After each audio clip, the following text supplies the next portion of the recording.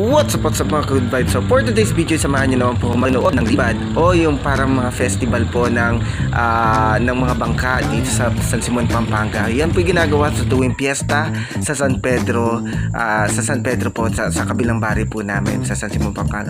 So makikita po natin at samahan nyo po ako kung gaano kaganda at kasaya ang libad dito. Kasama na po yan yung basaan, yung pagdiligo ng mga tao po sa ilog. Yan, makikita nyo po yung mga tao nasa gilid ng mga ilog habang nanonood at naliligo yung ibang mga bata at yung ibang mga excuse me po, may edad na rin po ay nakikisaya po. So ayan po, talaga namang enjoy po lahat sa paglilibad. So yan po yung ginagawa yearly every May 1 po. Sa May 1 po kasi piyesta dyan sa San Pedro.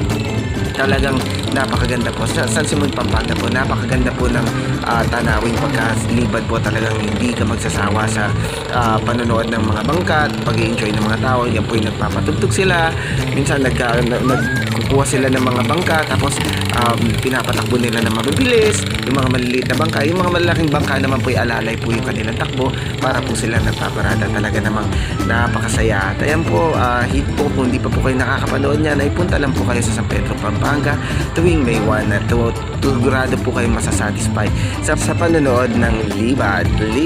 Para po siyang parade sa ilog. So napakaganda po niyan. At marami din po mga nag-i-sponsor dyan. Yung may mga restaurant po, nag-aarkil sila ng mga bangka, tapos nilalagyan nila ng pangalan.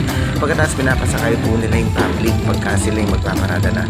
At dyan din po hinahatid yung mga puon ng ating mga kapatid ng mga Katoliko sa mga, parang may mga station po sila. So dinadala po nila yung mga puon, tapos nilalagyan nila binababa nila sa isang station para magbaba ng mga pasahero o magsakay naman po ng pasahero. Talagang napakasaya po at isang napakagandang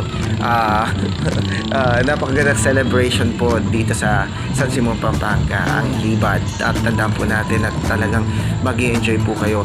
Aside po sa hindi naman po kasi masyadong marumi yung ilog na yan.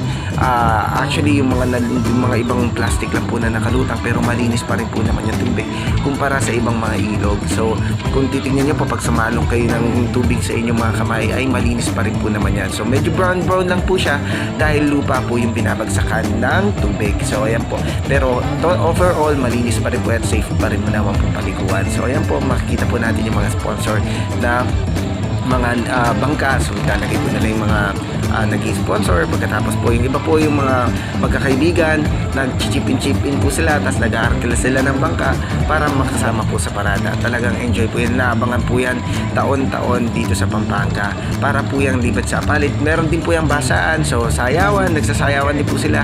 At halos lahat po ng mga malalaking bangka ay meron po silang sound system na dala-dala at talaga naman po mapapaindak ka sa sobrang saya po ng parada. So usually po dati po ng mga bata-bata po kami, naliligo po kami sa ilog pag may mga libad, at nakikisaya po kami sa mga nagsasaya po. Pero sa ngayon po, dahil medyo may edad na po, ay nakikipanood na lang po muna kami. So yan, talagang napakagaganda po ng mga bangka, napakalalaki.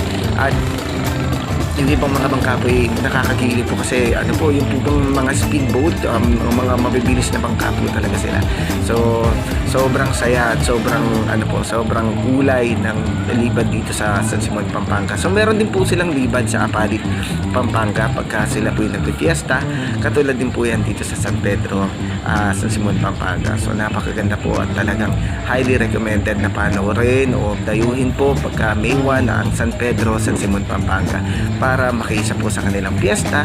At dahil po marami pong mga activities sila, pati po yung mga sayawan, pati po yung mga panoorin. So meron po silang ganyan, meron din po silang mga banda at talaga naman napakasaya. Kumbaga buhay na buhay po yung parang tinatawag nating tradisyon sa mga piyestahan po natin. So napakaganda po, talagang highly recommended. So yun po yung sinasabi ko sa inyo na nagkakarga ng mga puon.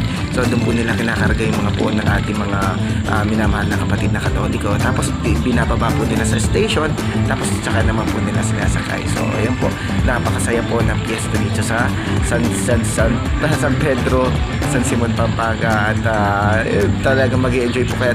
Pwede po kayo maligo sa ilog at libre lang po. Magdala lang po kayo, magbaon po kayo ng damitan at talagang mag-i-enjoy po kayo. Talagang babalik po kayo sa pagkabata. Naalala ko po nung mga panahon na naliligo po ako during libad ng mga bata-bata po ako, ay talagang inaabangan po namin yung mga malalaking bangka. Tapos pag nakikita po namin ay kami po yung nakikisigaw. Kumbaga po nakikiselebrate po kami sa kanila. Ay talaga naman po napakasaya at talagang memories to keep, sabi nga po nila. So kung meron po kayong panahon para bisitahin yung ating